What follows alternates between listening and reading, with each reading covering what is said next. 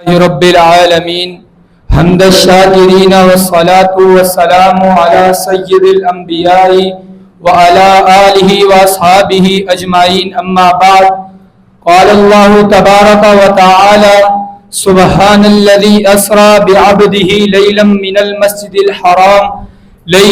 المسجد الحرام الى المسجد الاقصى الذي باركنا حوله وقال رسول الله صلى الله عليه وسلم المسلم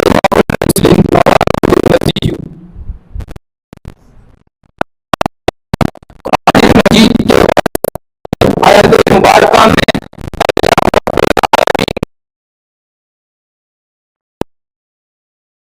مقدس ترین جگہ مسجد اقصی کی اہمیت کو بیان کرتے ہوئے ارشاد فرمایا سبحان الذی اسری بعبدہ لیلا من المسجد الحرام الى المسجد الاقصى الذي باركنا حوله. سامعین محترم، یہ وہ مقدس و بابرکت سرزمین ہے جہاں پر لوط علیہ السلام نے ہجرت کی. یہ وہ بابرکت و مقدس سرزمین ہے جہاں پر یعقوب علیہ السلام کا مسکن تھا. یہ وہ بابرکت و مقدس سرزمین ہے جہاں پر موسیٰ علیہ السلام تشریف لے کر کے گئے. یہ وہ مقدس و بابرکت سرزمین ہے جہاں پر موسیٰ علیہ السلام کو تورات ملی. یہ وہ مقدس و بابرکت سرزمین ہے جہاں پر عیسیٰ علیہ السلام کو انجیل ملی.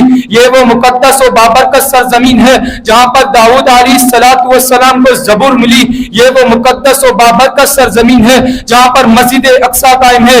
یہ وہ بابرکت مقدس و سرزمین ہے جہاں پر قبلہ اول ہے ہمارا. اس سے بھی سب سے بڑی بات اور سب سے اہمیت کی بات یہ ہے، یہ وہ مقدس سرزمین ہے جہاں پر امام الانبیاء نے تمام نبیوں کی امامت کروا کے امام الانبیاء کا شرف حاصل کیا ہے. اس لیے اس سرزمین کو انبیاء کی سرزمین بھی کہا جاتا ہے. حاضرین مجلس، جب میں تاریخ کا مطالعہ کرتا ہوں تو مجھے یہ معلوم ہوتا ہے، مجھے یہ نظر آتا ہے کہ تاریخ اسلام کے اندر یہ مقدس سرزمین اسلام کا گھر ہوا کرتی تھی. مگر آج اسلام کے دشمنوں نے اپنی ایک گندی سازش کے تحت اس مقدس سرزمین کو، اس مقدس سرزمین کے باشندوں کو ذلیل و رسوا کر کے، ان کے گھر بار کو اجاڑ کر، ان کے خاندانوں کا نام مٹا کر، ان کی عزتوں کو لوٹ کر، ان کے خاندانوں کا نام مٹا کر ان کو اپنا غلام بنا لیا. اس مقدس سرزمین پہ اپنا ناجائز قبضہ جما لیا. آج یہ افسوس کی بات ہے، انتہائی شرم کی بات ہے. ہم حالات ان کی ویڈیوز میں ان کے حالات دیکھ لیتے ہیں مگر ہماری ایمانی غیرت نہیں جاگتی. ہمارے اندر کا ضمیر جو ہے وہ مردہ ہو گیا ہے. ہمیں ان یہودیوں نے اندر سے چھلنی کر دیا ہے. ہم نے اپنے ضمیر کو زندہ درگور کر دیا ہے. اس لیے تو کسی شاعر نے بھی کیا خوب کہا ہے، تلواریں بیچ کر مسلح خرید لیے ہم نے، تلواریں بیچ کر مسلح خرید لیے ہم نے، بیٹیاں لٹتی رہی اور ہم دعا کرتے رہے. سامعین محترم، ہم نے اپنے فلسطینی بھائیوں سے اظہار یکجہتی کرنے کے لیے آج تک کیا کیا ہے؟ صرف نعرے لگا لیے ہیں، افسوس کر لیا ہے، باتیں بنا لی ہیں. آج تک ہم نے ان کے دشمنوں کا کسی بھی چیز کا بائیکاٹ کیا ہے، بائیکاٹ کرنے کا سوچا ہی اور صرف یہ سوچ تک ہی محدود رہا ہے. آج تک ہم نے اپنے عملی زندگی میں ایسا کوئی کام لے کر کے نہیں آئے.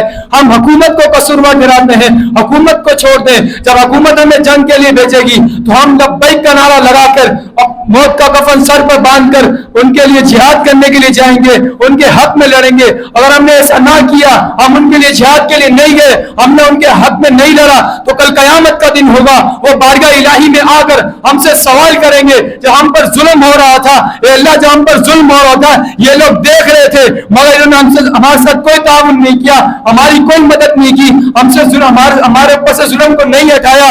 تو ہم اس وقت کیا جواب دیں گے؟